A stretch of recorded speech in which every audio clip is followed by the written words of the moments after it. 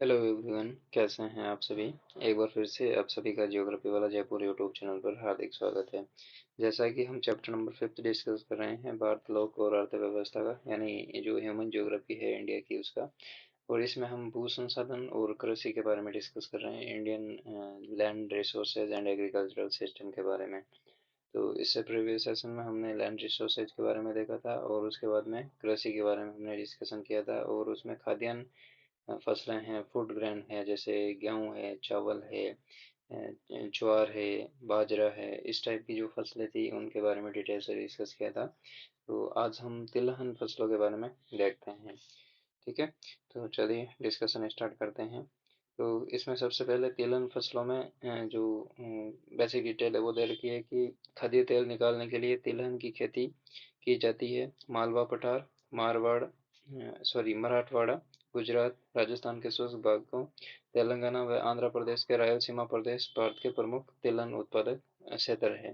यानी जो आंतरिक प्रदेश है और उसमें भी जो राजस्थान का शुष्क भाग है, जैसे फॉर एग्जांपल मालवा का पठार है, तो एक साइड में अरावली है और सदर्न साइड में इसके विधियन है, और नॉर्दर्न साइड में मैदानी प्रदेश है। ठीक है, उसके बाद में मराठवाड़ा और गुजरात, राजस्थान के शुष्क भाग, तेलंगाना और आंध्र प्रदेश के रायलसीमा प्रदेश है। ठीक है, भारत के प्रमुख तिलहन उत्पादक क्षेत्र है। देश के कुल शस्य क्षेत्र के लगभग 14% भाग पर तिलहन फसलें बोई जाती है।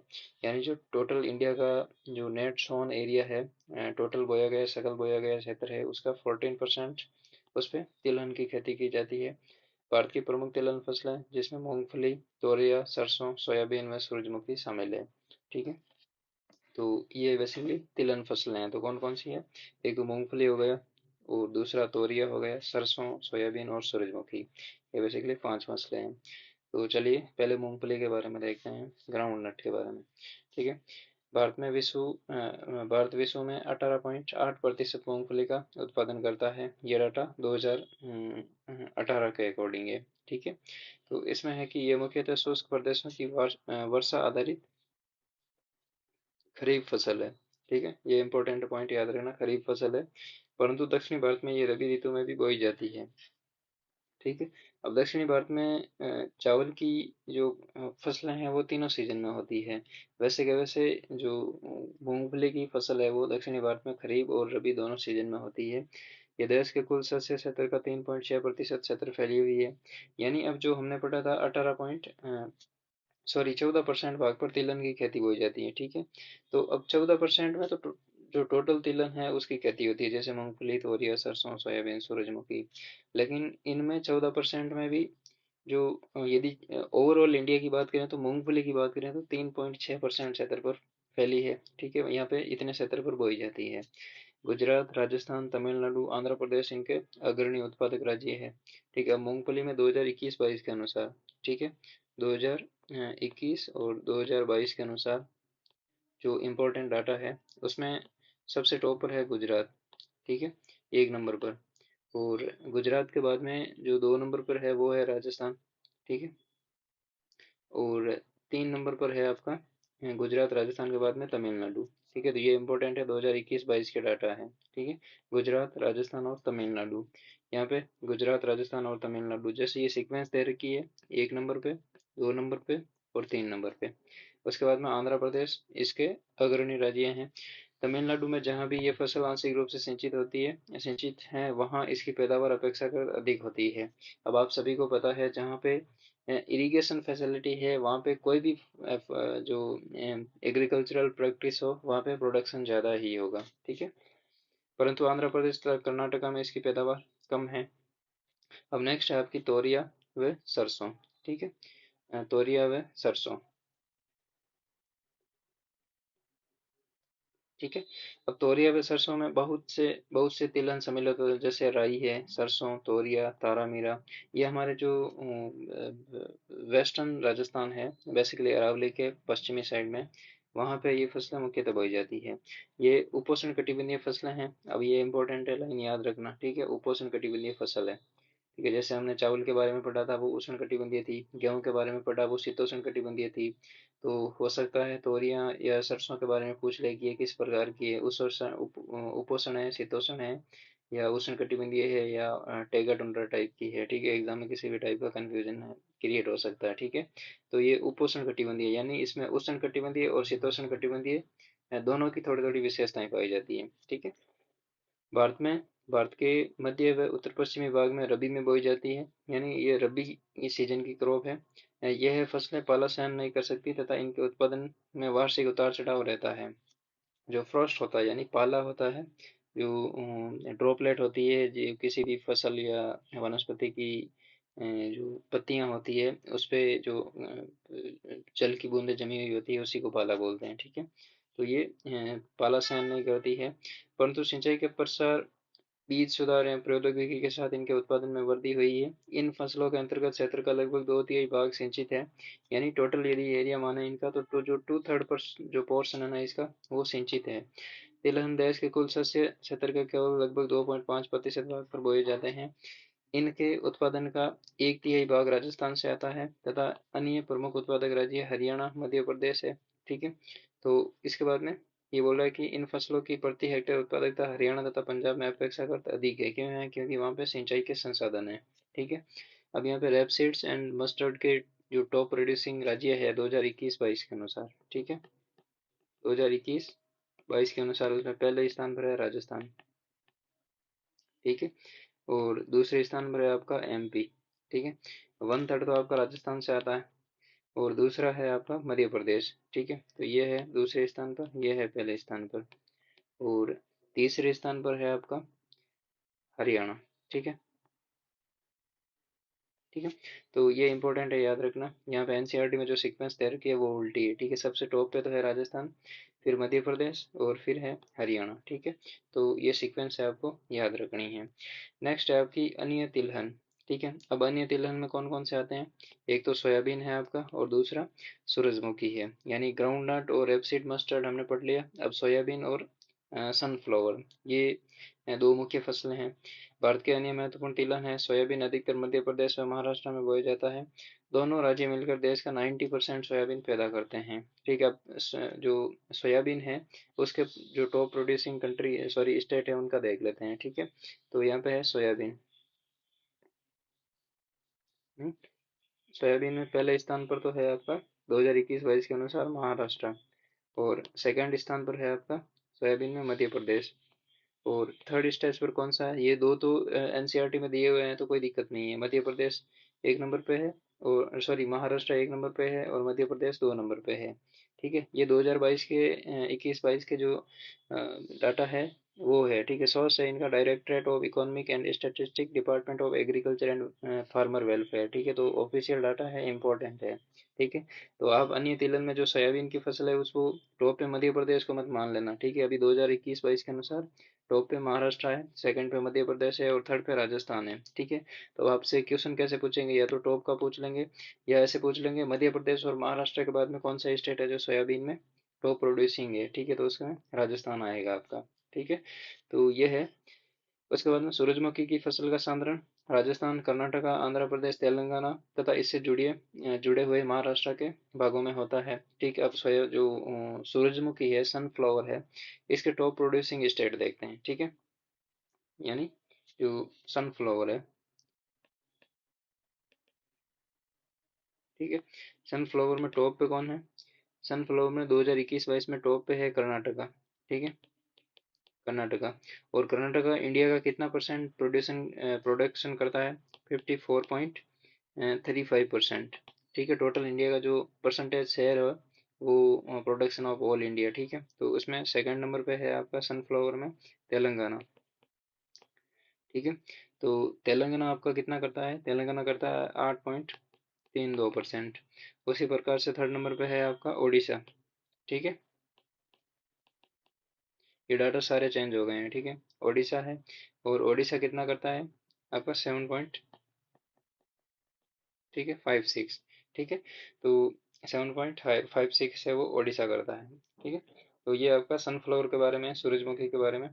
और देश के उत्तरी भागों में ये एक गौण फसल है, लेकिन सिंचित क्षेत्रों में इनका उत्पादन अधिक होता है, ठीक है। तो इसका जो मैक्सिमम प्रोडक्शन है वो कर्क रेखा के साउथ में होता है, ठीक है। ये बात इंपॉर्टेंट है, याद रखनी है, ठीक है। अब नेक्स्ट है आपका रेशेदार फसलें, ठीक है। अब रेशेदार फसलें कौन कौन सी? ये फसलें हमें कपड़ा, थैला, बोरा व अन्य कई प्रकार के सामान बनाने के लिए रेशा प्रदान करते हैं। कपास तथा जूट भारत की प्रमुख रेशेदार फसलें हैं। जो कॉटन एंड जूट है, ठीक है, तो जूट और मैस्टा बोलते हैं जिसको, ठीक है, तो उसको रेशेदार फसलें बोलते हैं। चलिए पहले जो कपास है, कॉटन है, उसको देखते हैं, ठीक है। तो इसमें पहली लाइन इंपॉर्टेंट है। कपास एक उष्णकटिबंधीय फसल है जो देश के अर्ध शुष्क भागों में खरीफ ऋतु में बोई जाती है। यानी पहली बात तो ये ट्रॉपिकल फसल है, ठीक है, और उसके बाद में ये सेमी एरिड जो रीजन है, ठीक है, वहाँ पे होती है और खरीफ ऋतु में बोई जाती है। तीनों बातें इंपॉर्टेंट है, ठीक है। उसके बाद में देश विभाजन के समय भारत का बहुत बड़ा कपास उत्पादन क्षेत्र पाकिस्तान में चला गया। यद्यपि पिछले 50 वर्षों में भारत में इसके उत्पादन में लगातार वृद्धि हुई है। भारत छोटे रेशे वाली कपास व लंबे रेशे वाली कपास दोनों प्रकार की कपास का उत्पादन करता है, ठीक है। अब ये इंपॉर्टेंट है, भारत में जो कपास होती है उसका रेशा होता है वो छोटा होता है, और जो अमेरिकन कपास होती है उसका रेशा लंबा होता है, ये याद रखना, ठीक है। अमेरिकन कपास को देश के उत्तर पश्चिमी भाग में नरमा कहा जाता है। यानी जो एक पतली सी जो रेशा होती है जो नेचुरली हम प्राप्त करते हैं, ठीक है, वहां से।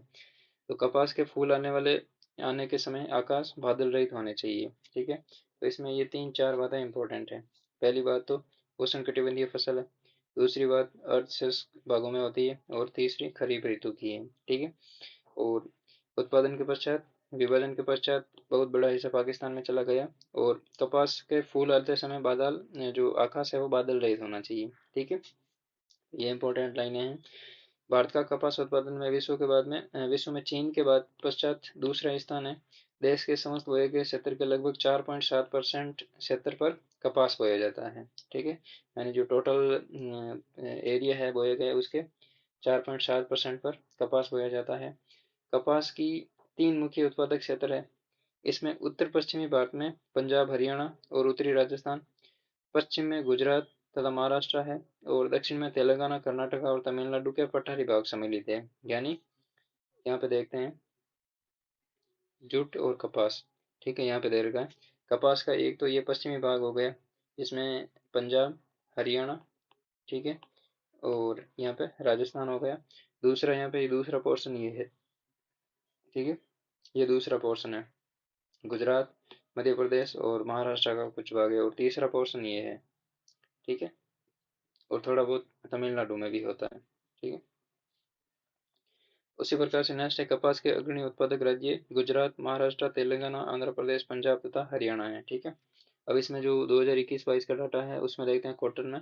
तो कॉटन में सबसे पहले नंबर पर गुजरात है, ठीक है, टॉप नंबर पर गुजरात है, और सेकंड नंबर पर कौन है? महाराष्ट्र, ठीक है, और थर्ड नंबर पे आपका तेलंगाना, ठीक है। तो जो इंफॉर्मेशन दे रखी है वो एनसीईआरटी में वो सही है, ठीक है, गुजरात, महाराष्ट्र, तेलंगाना, ठीक है, और फिर है आंध्र प्रदेश, पंजाब और हरियाणा।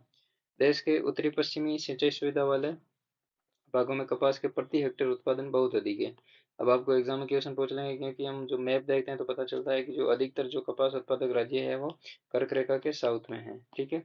ये बात इंपॉर्टेंट है, याद रखनी। लेकिन जो प्रति हेक्टेयर कपास की उत्पादकता है वो यहाँ पे इस वाले बेल्ट में क्यों है? क्योंकि यहाँ पे एक तो जो इरिगेशन फैसिलिटी है वो है यहाँ पे, और दूसरी यहाँ पे वो जो क्या बोलते हैं उसको, जो इनपुट्स है, फॉर एग्जांपल जो उर्वरक है, ठीक है, और उसी प्रकार से जो कीटनाशक है, ठीक है, और जो अन्य इनपुट्स है, ठीक है, टेक्नोलॉजिकल एडवांसनेस यहाँ पे इस क्षेत्र में ज़्यादा है, इस वजह से यहाँ पे प्रति हेक्टर उत्पादन ज़्यादा होता है। जबकि यहाँ पे जो काली मिट्टी वाला क्षेत्र है, ठीक है, दक्कन का पठार, ठीक है, तो वहाँ पे ये फसलें नहीं होती, मतलब इसकी प्रति हेक्टर उत्पादकता यहाँ पे ज़्यादा नहीं है, ठीक है। तो ये बेसिकली इसका मेन कारण है, ठीक है। क्यों है? क्योंकि यहाँ पे सिंचाई के संसाधन है, और इसका उत्पादन महाराष्ट्र में वर्षा पर निर्भर क्षेत्रों में बहुत कम है, ठीक है। तो महाराष्ट्र में क्या है, सिंचाई की प्रॉपर फैसिलिटी है नहीं, तो वहाँ पे वर्षा पर निर्भर करता है, तो इसलिए वहाँ पे कभी उत्पादन ज़्यादा हो जाता है, कभी उत्पादन कम हो जाता है, ठीक है। तो ये है बेसिकली आपकी कपास के बारे में, ठीक है। नेक्स्ट है जूट के बारे में। अब जूट या मेस्टा बोलते हैं इसको, ठीक है, जूट एंड मेस्टा, ठीक है। तो मेस्टा है production in million value of 180 kg each, ठीक है। तो जो इसकी एक गंट्री होती है वो 180 किलो इंक्लूड करती है। ठीक है, तो production in million bales of each kg है। ठीक है, तो इसमें जो गंट्री होती है उसको एक गंट्री में 180 किलो होना जरूरी है। ठीक है, तो जो जूट और मेस्टा की जो एक गठरी या गांठ बोल दो, ठीक है, तो उसमें 180 किलो जूट या मेस्टा होना चाहिए। ठीक है, जूट का प्रयोग मोटे वस्त्र, थैला, बोरे व अन्य सजावटी सामान बनाने के लिए किया जाता है। यह पश्चिमी बंगाल तथा इसके संस्पर्शी पूर्वी भागों की एक व्यापारिक फसल है। विभाजन के दौरान देश का विशाल जूट उत्पादक क्षेत्र पूर्वी पाकिस्तान यानी बांग्लादेश में चला गया। आज भारत विश्व का लगभग 60% जूट का उत्पादन करता है। पश्चिमी बंगाल देश के इस उत्पादन का 3/4 भाग पैदा करता है, यानी इंडिया वर्ल्ड में 60% जूट प्रोडक्शन करता है। और जो वेस्ट बंगाल है वो वर्ल्ड का 2/3, ठीक है, 3/4, सॉरी, 1 मिनट, ठीक है, 3/4, ठीक है, 3/4 भाग पैदा करता है। बिहार व असम अन्य जूट उत्पादक क्षेत्र है। ये देश के कुल शस्य क्षेत्र का 0.5% भाग पर ही बोया जाता है। ठीक है, तो अब जूट, हमने कपास का पढ़ा था, तो उसमें पढ़ा था कि आज़ादी के बाद यानी जो कपास उत्पादक राज्य था वो पाकिस्तान में चला गया। ठीक है, और अभी हम जूट का पढ़ रहे हैं, तो जूट उत्पादक का जो अधिकतर राज्य, सॉरी, क्षेत्र था वो विभाजन के बाद में बांग्लादेश में चला गया। ठीक है, तो ऐसा क्यों हो रहा था? क्योंकि जूट उत्पादक जो क्लाइमेटिक कंडीशन है वो इस वाले रीजन में ज़्यादा है। क्यों है कि पहले तो असम घाटी का देखते हैं तो यहाँ पे ब्रह्मपुत्र नदी आ रही है।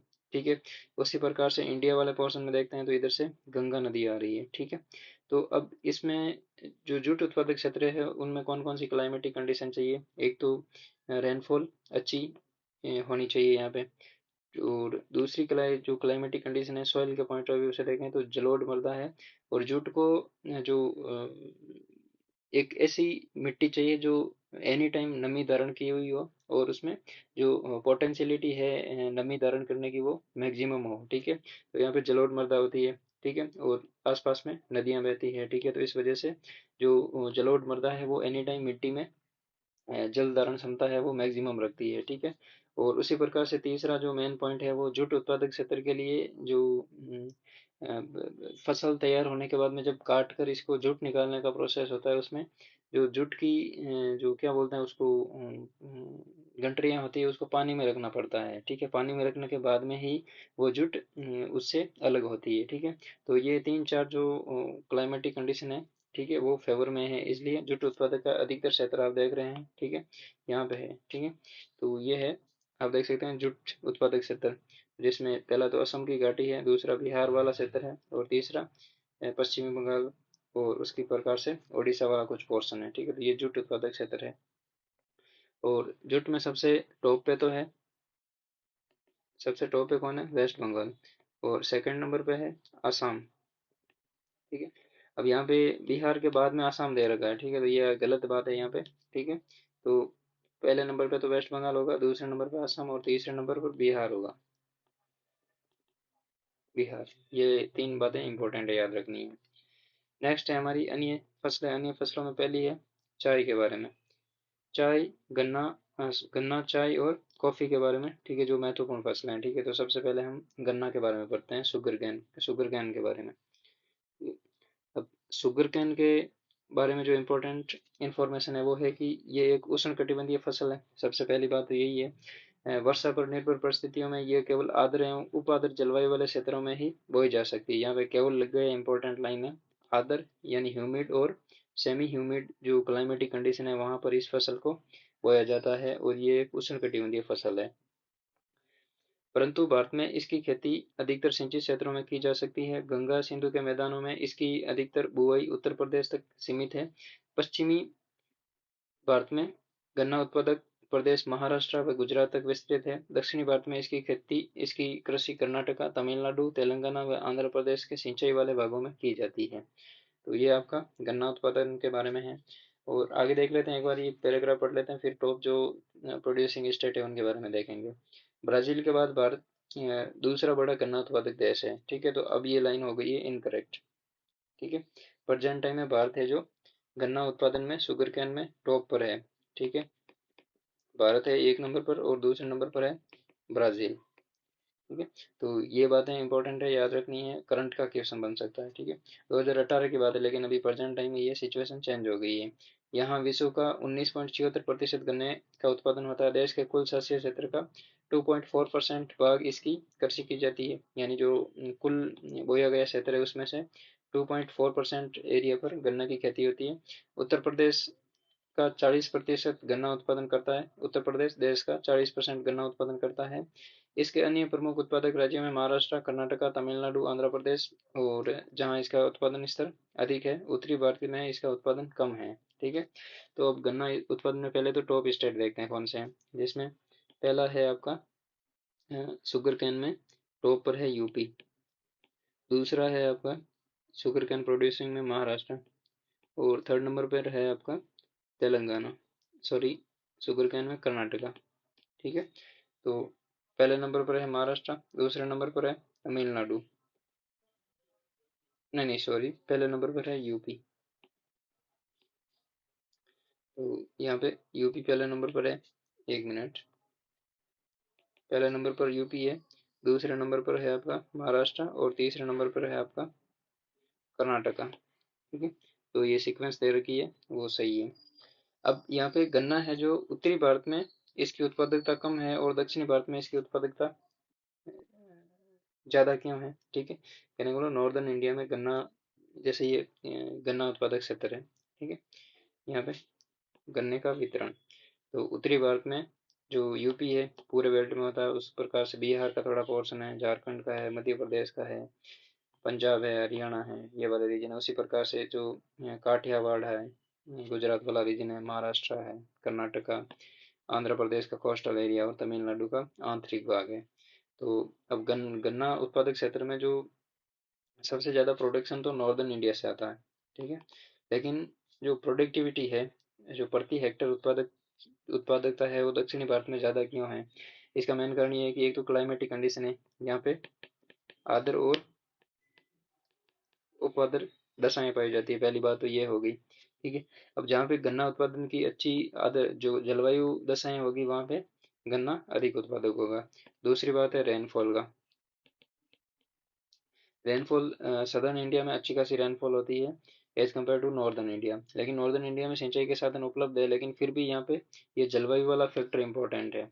इसकी वजह से यहाँ पे प्रोडक्टिविटी ज़्यादा है। ठीक है, तो ये बेसिकली, और फिर जो सॉइल है वो, जैसे ब्लैक सॉइल है तो वो आर्द्रता को ग्रहण करके रखती है, नमी को धारण करके रखती है। तो ये तीन चार फैक्टर है इसके। अब उसके बाद में नेक्स्ट है चाय, टी के बारे में। चाय एक रोपण कृषि है जो पेय पदार्थ के रूप में प्रयोग की जाती है। काली चाय की पत्तियां किण्वित होती है, जबकि चाय की हरी पत्तियां अकिण्वित होती है। अब ये शुरुआत वाली लाइन है, बहुत इंपॉर्टेंट है। ठीक है, पहली बात तो ये एक रोपण कृषि है और पेय पदार्थ के रूप में सभी को पता है। उसके बाद में नेक्स्ट है काली चाय की पत्तियां किण्वित होती है और हरी पत्तियां अकिण्वित होती है। ये दो लाइनें इंपॉर्टेंट है, याद रखनी है। नेक्स्ट है यहाँ पे चाय की पत्तियों, एक मिनट, चाय की पत्तियों में बहुत चाय की पत्तियों में कैफीन और टेनिन की प्रचुरता पाई जाती है। यह उत्तरी चीनी पहाड़ी क्षेत्र की दशज फसल है। यानी जो चाय दशज फसल के रूप में यदि एग्जाम में पूछ ले तो चीन में होती है, मतलब चीन की दशज फसल है। उसके बाद में ये विश्व के अन्य भागों में फैली है, और इसमें कैफीन और टेनिन नामक दो तत्व पाए जाते हैं। ये भी इंपॉर्टेंट है, याद रखना, कभी भी एग्जाम में पूछ लेंगे कैफीन और टेनिन किस फसल में पोषक तत्व के रूप में पाए जाते हैं। तो एग्जाम में कॉफ़ी, चाय या इस टाइप के दो और आपको ऑप्शन दे देंगे, तो याद रखना कैफीन और टेनिन है जो चाय में मिलते हैं। नेक्स्ट है ये उष्ण आर्द्र तथा उपोष्ण आर्द्र कटिबंधीय जलवायु वाले तरंगित भागों पर अच्छे अपवा वाली मिट्टी में बोई जाती है। तो पहली बात तो ये उपोष्ण आर्द्र कटिबंधीय जलवायु में पाई जाती है। ठीक है, उपोष्ण आर्द्र कटिबंधीय जलवायु का मतलब है कि यहाँ पे शीतोष्ण और उष्ण कटिबंधीय जलवायु की कुछ दशाएं होनी चाहिए। उसी प्रकार से तरंगित भागों पर अच्छे अपवा वाली मिट्टी, यानी ऐसी मिट्टी या टोपोग्राफी होनी चाहिए जहाँ पर रेनफॉल हो और बारिश का जो अधिक जल है वो बहकर चला जाए, और अपनी जो मिट्टी की नमी धारण करने की कैपेसिटी है वो मैक्सिमम हो जाए, बस। भारत में चाय की खेती 1840 में असम की ब्रह्मपुत्र घाटी में प्रारंभ हुई थी, जो आज भी देश की प्रमुख चाय उत्पादक क्षेत्र है, उत्पादन क्षेत्र है। तो 1840 के आसपास हुआ था। तो अंग्रेजों ने शुरुआत में क्या किया कि रोपण कृषि के रूप में चाय को इस वाले बेल्ट में उगाया था, और जो जो दूसरे देशों से श्रमिक भी लेके आए थे। ठीक है, तो इस वजह से बाद में इसकी कृषि पश्चिमी बंगाल के उप हिमालय भागों जैसे दार्जिलिंग, जलपाईगुड़ी और कूच बिहार जिले में प्रारंभ की गई। दक्षिण में दक्षिण में चाय की खेती पश्चिमी घाट के नीलगिरी तथा इलायची की पहाड़ियों के निचले ढालों पर की जाती है। भारत चाय का अग्रणी उत्पादक देश है तथा विश्व का लगभग 21.22% चाय का उत्पादन करता है। ठीक है, तो ये है भारत में, जो भारत है विश्व की वन फोर्थ चाय का प्रोडक्शन करता है। ठीक है, ठीक है, वन फिफ्थ है, सॉरी। ठीक है, वन फिफ्थ चाय का प्रोडक्शन करता है, लगभग 21% के आसपास करता है। अंतर्राष्ट्रीय बाजार में भारत की चाय का भाग घटा है। ठीक है, चाय का भाग क्यों घटा है, क्योंकि जो इंडियंस है वो उसका जी जो प्रोपोर्शन है पॉपुलेशन का, वो भी तो चाय पीने में सबसे ज्यादा है। ठीक, चाय निर्यातक देशों में भारत चीन के पश्चात विश्व में दूसरे स्थान पर आता है, 2018 की बात है। असम के कुल शस्य क्षेत्र के 53% भाग पर चाय की कृषि की जाती है। यानी असम का यदि हम 100% माने, जो कृषि उत्पादक क्षेत्र है वो 100% माने, तो उसमें से केवल जो 53.2% एरिया है वहां पर सिर्फ चाय की खेती की जाती है, तथा देश के कुल उत्पादन के आधे से अधिक भाग असम पैदा करता है। यानी एक तो असम का एरिया भी 50% से ज्यादा है, और देश के प्रोडक्शन में भी असम 50% से ज्यादा प्रोड्यूस करता है। चाय के अन्य महत्वपूर्ण उत्पादक राज्यों में पश्चिम बंगाल और तमिलनाडु है। ठीक है, तो ये लाइनें इंपॉर्टेंट है, याद रखना। जिसमें आपकी जो पहली दो लाइनें इंपॉर्टेंट है, उसके बाद में जो कैफीन और टेनिन वाली इंपॉर्टेंट है। चीन की जो देशज फसल है, जलवायु यहाँ की उपोष्ण आर्द्र जलवायु चाहिए इसको। 1840 में असम के ब्रह्मपुत्र घाटी में शुरू हुई थी, और इसी प्रकार से दक्षिणी राज्यों में नीलगिरी और इलायची की पहाड़ियों के ढलान क्षेत्र में होती है। विश्व के 21.22% चाय का उत्पादन करता है इंडिया, और चीन के पश्चात दूसरा बड़ा निर्यातक देश है। ठीक है, इंडिया। ये तीन चार बातें इंपॉर्टेंट है, याद रखनी है चाय के बारे में। अब नेक्स्ट है आपका कॉफी। इंपॉर्टेंट है, कॉफी से क्वेश्चन बनते हैं।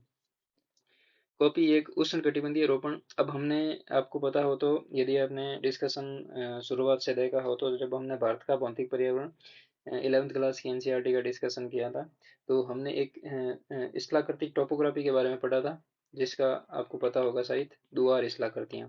ठीक है, तो दुआर स्थलाकृतियों को बाद में अंग्रेजों ने रोपण कृषि के रूप में उपयोग किया था। तो दुआर स्थलाकृतियाँ क्यों फेमस है, क्योंकि यहाँ पे एक तो जो ढलान है वो मॉडरेट है, कहने का मतलब स्टीप स्लोप नहीं है।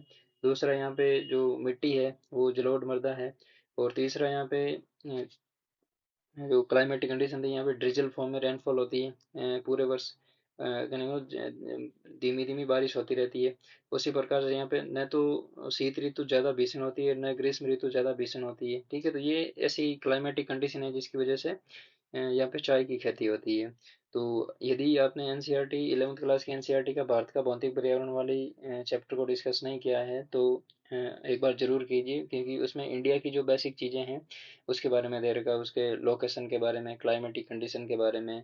तो ये सारी चीज़ें हैं वो एक दूसरे से लिंक है। जैसे अब यहाँ पे दुआर इस्लाकृतियों के बारे में नहीं दे रखा है, तो एग्जाम में दुआर इस्लाकृति पूछ लेंगे, तो वो पूछ लेंगे कि दुआर इस्लाकृति किस फसल के उत्पादन में महत्वपूर्ण है।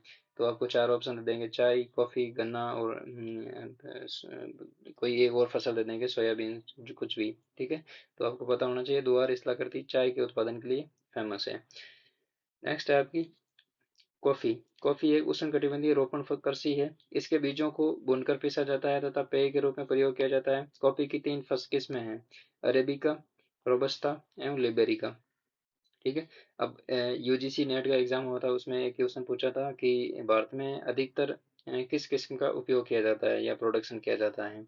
तो आपको ये तो पता हो गया कि कॉफी एक उष्णकटिबंधीय फसल है और रोपण कृषि है। दूसरी बात है, आपको ये भी पता चल गई कि अरेबिका, रोबस्ता व लिबेरिका तीन किस्में हैं कॉफी की। लेकिन आपको ये बात भी इंपॉर्टेंट है, याद रखनी है सबसे ज्यादा, कि अरेबिका किस्म की जो कॉफी होती है वो इंडिया मैक्सिमम उत्पादन करता है। लेकिन जो इंटरनेशनल मार्केट में जो क्या मतलब फेमस किस्म है वो है आपकी लिबेरिका, ठीक है, जिसकी अंतर्राष्ट्रीय बाजार में बहुत मांग है, परंतु भारत में विश्व का केवल 3.17% कॉफी उत्पादन होता है। Brazil, Vietnam, Indonesia, Colombia, Honduras, Ethiopia तथा पेरू के बाद भारत विश्व का 8वां कॉफी उत्पादक देश है। तो ये भी इम्पोर्टेंट है, याद रखना। सबसे टॉप पे कौन है? ब्राजील है। और इंडिया का स्थान क्या है? 8वां स्थान है 2018 के अनुसार। कर्नाटका, केरल व तमिलनाडु के पश्चिमी घाट की उच्च भूमि पर इसकी कृषि की जाती है। देश के समस्त कॉफी उत्पादन का 2/3 से अधिक भाग अकेले कर्नाटका प्रोड्यूस करता है। ठीक है, तो कर्नाटका के बाद में केरला है, केरला के बाद में तमिलनाडु है। तो यहाँ पे कर्नाटका हो जाएगा, केरला हो जाएगा और उसके बाद में तमिलनाडु हो जाएगा। तो मैक्सिमम प्रोडक्शन कौन करता है? कर्नाटका अकेला, 2/3, यानी लगभग 66% से ज़्यादा प्रोडक्शन कर्नाटका करता है चाय कॉफ़ी का। तो ये आपके जो मुख्य फसलें थी इनके बारे में डिस्कस किया। और नेक्स्ट सेशन में हम जो भारत में कृषि के विकास के बारे में पढ़ेंगे और इसी के साथ में हमने ये सारी चीज़ें डिस्कस करेंगे। तो यहाँ पे चाय और कॉफ़ी का देख लेते हैं। पहले चाय का देखते हैं। तो चाय मुख्य रूप से जो असम घाटी वाला रीजन है, जो ब्रह्मपुत्र घाटी वाला, इसमें की जाती है। वहीं पे कॉफ़ी का प्रोडक्शन यहाँ पे नीलगिरी और इलायची की पहाड़ियों में होता है। कर्नाटका, देखिए मैक्सिमम क्षेत्र है वो भी कर्नाटका में है। ठीक है, उसी प्रकार से तमिलनाडु और यहाँ पे है। तो चलिए आज के सेशन में इतना ही है। Thank you.